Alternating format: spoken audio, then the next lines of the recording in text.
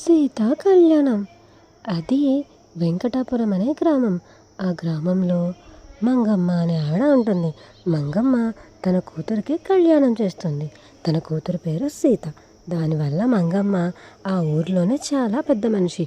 ఊర్లో ఉన్న జనం అంతా సగం వాళ్ళ ఇంట్లోనే ఉంటారు. ఎందుకంటే మంగమ్మ ఆ ఊర్లో అంత పలుకుబడి ఉన్న మనిషి కాబట్టి తన కూతురు పెళ్ళికి అందరూ వచ్చి ఉంటారు. తన కూతురు పెళ్ళికి ఏ ఏ పనులు ఎవరెవరు చేయాలి, ఇంకా ఎలాంటి పనులు చేయాలి అని చెప్పి మంగమ్మ ప్రతి ఒక్కరికి పనులు చెప్తూ ఉంటుంది. అలా అందరూ నిలబడ్డాక చూడండి, మగపెళ్ళివారు మన ఇంటికి వచ్చేసరికి డెకరేషన్ ఎలా ఉండాలంటే ఆ డెకరేషన్ చూసి షాక్ అయిపోవాలి. మంగమ్మ గారి కూతుర మజాకా అనాలి, అంత బాగా డెకరేషన్ చేయాలి అని చెప్పి మంగమ్మ ప్రతి ఒక్కరికి పనులను చెప్పింటుంది. మంగమ్మ ఇంటి ముందు చాలా అందంగా డెకరేషన్ చేసి ఉంటారు. ఇంకా ఎంతో చక్కని పందిరి కూడా వేసి ఉంటారు.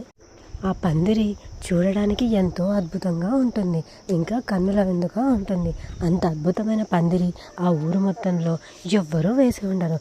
ఆ పందిరి చూస్తూ మంగమ్మ చాలా సంబరపడిపోతూ ఉంటుంది. ఇంకా పని వాళ్ళతో ఇలా మాట్లాడుతుంది. చూడు రంగయ్య, ఇంటి ముందర ఒకటే పందిరి అందంగా వేశానని సంతోషించుకో.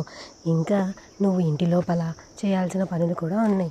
ఇంటి లోపల ఎలా అలంకరించాలంటే మగపల్లి వాళ్ళు చూసి కళ్ళు తేలేయాలి, అంత అందంగా ఉండాలి. మంగమ్మ ఇంటికి వచ్చామా లేదంటే ఏదైనా అద్భుతమైన చోటికి వచ్చామా అన్నట్లు అనిపించాలి. అంత చక్కగా నువ్వు పెళ్లి పందిరి వేయాలి అని రంగన్నకి చెప్తూ ఉంటుంది. అప్పుడు రంగన్న ఇలా అంటాడు, అవునమ్మా మంగమ్మ గారు, మీరు చెప్పినట్టే కదా పందిరి అన్నీ వేశాను. ఇంకేమైనా కావాలా చెప్పండి, అవన్నీ కూడా చక్కగా వేస్తాను. మీరు నిశ్చింతగా ఉండండి అమ్మా. మీ ఇంట్లో పెళ్ళంటే మన ఊళ్ళో పెళ్ళిలాగా, పైగా మీరు మామూలు మనిషి మంగమ్మ గారు అని చెప్పి వాడు పొగుడుతూ ఉంటాడు. అప్పుడే వంట వాళ్ళతో, ఏరా వంటలు చేసేవాళ్ళు తెవలండి, మీరు అలా కూర్చొని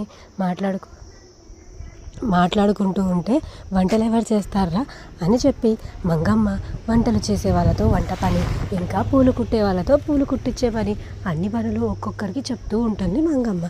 అలా ప్రతి ఒక్కరూ అన్ని పనులు చేస్తూ ఉంటారు. చేసుకుంటూ పోతూ ఉండగా మంగమ్మకి అన్ని పనులు చక్కగా చేస్తూ ఉంటారు. అప్పుడే మంగమ్మ తన పెద్ద కోడలు వెతుకుతూ ఉంటుంది. నా సుతికారమైన కోడలు రాధమ్మ ఎక్కడుంది? రాధమ్మకి చేయించాల్సిన పనులు కూడా చాలా ఉన్నాయి.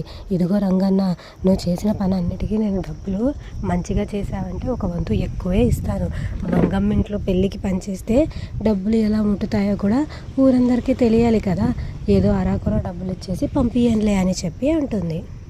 అప్పుడే మంగమ్మ ఇంట్లో ఉండే డెకరేషన్ కూడా పూర్తయి ఉంటుంది. ఇంట్లోకి వచ్చి మంగమ్మను ఆ డెకరేషన్ చూడమని చెప్తారు. అప్పుడు ఇంట్లోకి వచ్చి చూసిన మంగమ్మ, రంగన్న పర్లేదే కోడలా, బాగానే డెకరేషన్ చేశాడు. ఇంకా ఇక్కడ దీపాలు పెట్టడం ఇవన్నీ త్వరగా చేయండి. ఇంకా మగపల్లి వాళ్ళు ఆల్రెడీ అక్కడ బయలుదేరిపోయారంట. మీరేమో ఇంకా ఇక్కడ తెవలకుండా అక్కడ ఇక్కడ మాట్లాడుకుంటూ ఉంటున్నారు. అవును, పెళ్లి కూతురు మన సీతమ్మ ఎక్కడుంది? సీత అసలు నాకు కనిపించడమే లేదు. దాన్ని అందంగా రెడీ అవ్వమని చెప్పాను కదా, నా కూతురు అంత అందంగా ఈ ఊరిలోనే ఏ అమ్మాయి కనిపించకూడదు. అంత అందంగా ముస్తాబు చేయడానికి ఆ బూటీషనా ఆ పిల్లని పిలవమన్నాను కదే, పిలిచావా లేదా అని మంగమ్మ కోడలు బుర్ర తింటూ ఉంటుంది. అత్తయ్య గారు, అన్నీ మంచిగానే జరుగుతాయి, మీరు అస్సలు కంగారు పడద్దండి అని చెప్పి కోడలతో చెప్తూ ఉంటుంది. అలా అత్త కోడలు ఇద్దరు నిలబడి మాట్లాడుకుంటూ ఉంటారు పెళ్లి విశేషాల గురించి. ఇంకా చూస్తూనే మగపెళ్లి వారు ఇంటి దగ్గరికి వచ్చారు అని చెప్పడం మొదలు పెడతారు. అప్పుడు మంగమ్మ, తెవలండి, మగపల్లి వారు వచ్చేసారంట. మన మర్యాదలు అన్నీ చూసి వాళ్ళు ఇక్కడే షాక్ అయిపోవాలి అని చెప్పి మంగమ్మ త్వరగా ఇంకా అందరినీ త్వరగా పెడుతూ ఉంటుంది. అలా చూస్తూ ఉండగానే ఆ ఇంటి డెకరేషన్ అన్నీ చాలా అద్భుతంగా వచ్చి ఉంటాయి. ఆ ఇంటిని చూసి వాళ్ళు షాక్ అవ్వడం మంగమ్మ చూడాలని ఎంతగానో ఎదురు చూస్తుంటుంది.